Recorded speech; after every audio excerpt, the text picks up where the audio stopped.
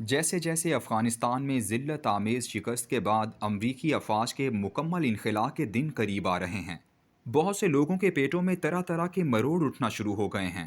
شکست تو امریکہ اور اس کے حواریوں کی ہوئی ہے، لیکن ماتمی چہرے آپ کو زیادہ تر پاکستان اور ہندوستان میں ملیں گے۔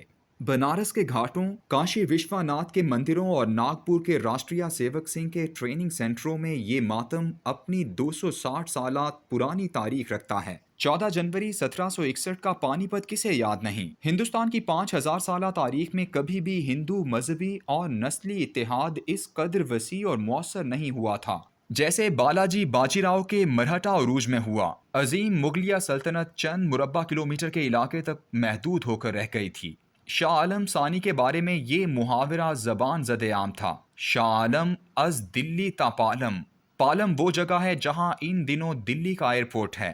صدیوں پرانا ہندوتوا کا خواب، گپتا سلطنت کی نشات نو کا خواب، ہندوستان کو ایک گیروے رنگ کے ہندو پرچم تلے متحد کرنے کا خواب، یہ سب خواب ہی تو تھے جو اس وقت ٹوٹے جب یہ اپنی تکمیل کے آخری مرحلے میں تھے۔ ہندوتوا اور اکھنڈ بھارت کے پرچم بردار کب بھولتے ہیں جب پانی پت میں پورے ہندوستان کی اجتماعی ہندو طاقت 4 لاکھ افرادی قوت، ہاتھیوں، گھوڑوں، رتھوں اور اسلحے سے لیس فوج کی صورت کھڑی تھی، جس کے مقابلے میں سرزمین افغانستان سے احمد شاہ ابدالی ایک عالم دین شاہ ولی اللہ کے بلانے پر صرف 41,800 سپاہی لے کر آیا تھا، اور اس نے صدیوں کی تیاری اور زبانوں کی منصوبہ بندی کو خاک میں ملا دیا تھا۔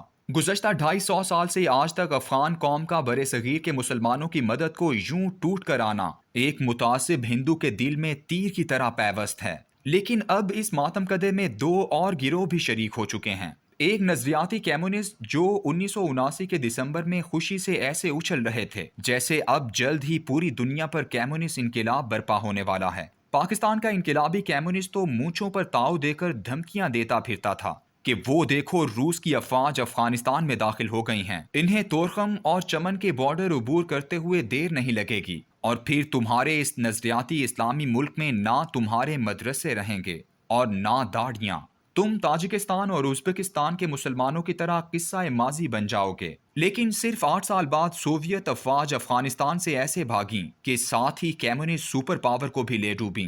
کمیونسٹوں کے دلوں سے کوئی 15 مئی 1988 کے دن کے زخم کیسے کھرچ سکتا ہے جس دن ذلت آمیز شکست کے بعد ایک نظریاتی سوویت فوج افغانستان سے نکلنا شروع ہوئی تھی۔ ہندوتوا اور اکھنڈ بھارت کے پروانوں کے زخم کی ہمراہی میں یادش بخیر کمیونسٹوں کے زخم کو بنے ہوئے بھی 30 سال ہو چکے ہیں۔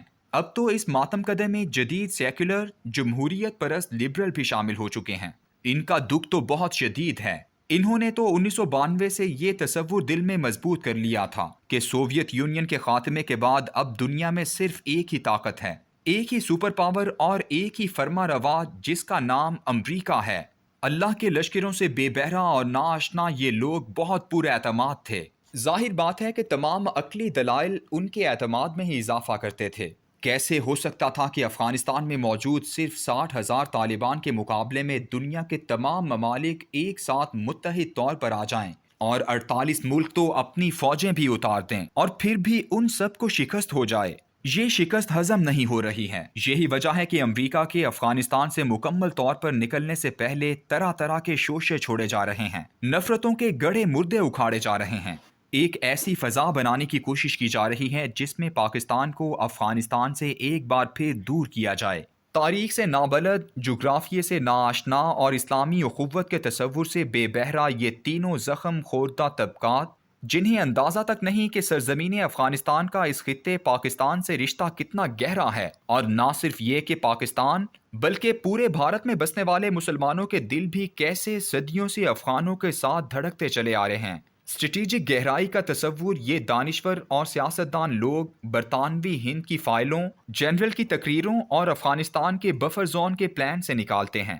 اس طرح کا پروپیگنڈا 90 کی دہائی میں افغانوں کی سوویت یونین پر فتح کے تاثر کو زائل کرنے کے لیے تخلیق کیا جاتا تھا کہ امریکہ اور مغربی جمہوری طاقتوں نے اپنی سرد جنگ کے سب سے بڑے حریف سوویت یونین کو شکست دینے کے لیے افغان مجاہدین کی مدد کی، اور یہ جنگ برطانوی ہند پالیسی والی اسٹریٹجک گہرائی کا تسلسل ہے۔ تاثر یہ دینا مقصود تھا کہ یہ کوئی جہاد نہیں تھا اور نہ ہی یہ اللہ کی مدد اور نصرت کی علامت ہے، یہ تو چارلی ولسن کی جیت ہے۔ مگر میرے اللہ نے 20 سال بعد امریکہ اور اس کے حواریوں کو بدترین شکست سے دوچار کر کے ان کے منہ ہمیشہ کے لیے بند کر دیے، لیکن دل میں شکست کی ٹیسیں اٹھتی ہیں تو بیچارے اپنی پٹاری سے نفرت کا کوئی نہ کوئی سانپ ضرور نکالتے ہیں۔ افغانستان اور پاکستان کی عوام کو گمراہ کرنے کے لیے سب سے زہریلا سانپ اسٹریٹجک گہرائی کا سانپ ہے۔ اس کے ذریعے بیچارے افغانوں کو یہ پروپوگنڈا کیا جاتا رہا ہے کہ پاکستان نے اپنے مفاد اور بھارت سے اپنی دشمنی کی وجہ سے تمہیں استعمال کیا ہے۔ دراصل پاکستان تمہیں اپنا پچھواڑا سمجھتا ہے، جسے محفوظ کرنے کے لیے اس نے دنیا سے مل کر لاکھوں افغانوں کا خون بہایا اور تمہیں لڑوایا۔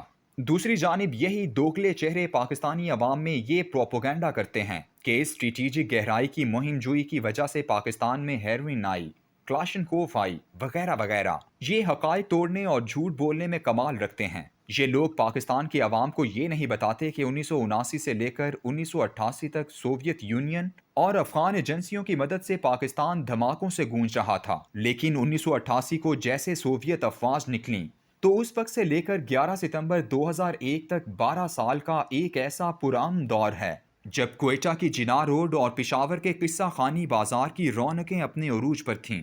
افغانستان کے مسلمانوں اور برصغیر پاک و ہند کے مسلمانوں کے درمیان جو اخوت ہے، دراصل وہ ایک ایسی اسٹریٹجک گہرائی ہے جسے کسی پاکستانی حکمران یا افغانستانی دانشور کی تصدیق کی ضرورت نہیں۔ یہ وہ اخوت ہے کہ علامہ اقبال اپنی زندگی کے آخری ایام میں افغانستان صرف اس لیے گئے تھے کہ اگر ان کے خوابوں کی تعبیر پاکستان وجود میں آ گیا تو افغان ملت اس نوزائیدہ ملک کی پشت پناہ ہو۔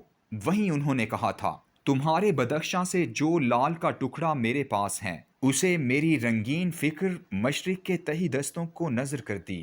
غزنی شہر میں داتا گنج بخش علی بن عثمان رحمۃ اللہ علیہ کے والد عثمان بن علی رحمۃ اللہ علیہ کا مزار، ابو الحسن خراسانی رحمۃ اللہ علیہ کے خرقوں کی کرامات اور شہاب الدین غوری کی فتح، مولانا جامی کی نعت، مولانا روم کی مثنوی، ابو لالا مودودی کے جد امجد اور برصغیر میں مدفون ہزاروں اولیاء اللہ کا قدیم وطن افغانستان وہ زنجیر ہے جس سے پاکستان اور افغانستان کے عوام بندھے ہوئے ہیں۔ جب 1979 میں روس افغانستان میں داخل ہوا تو سوات اور بنیر کے پہاڑوں کے درمیان ایک کٹیا میں رہنے والے ایک صاحب نظر نے کہا تھا، روس مار کھائے گا، پھر امریکہ آئے گا، مار کھائے گا، اور پھر ایک دن وہ آئے گا جب افغانستان اور پاکستان ایسے ہوں گے جیسے ایک ملک۔ درویش کی 2 پیش گوئیاں تو پوری ہو چکیں، تیسری کا انتظار ہے۔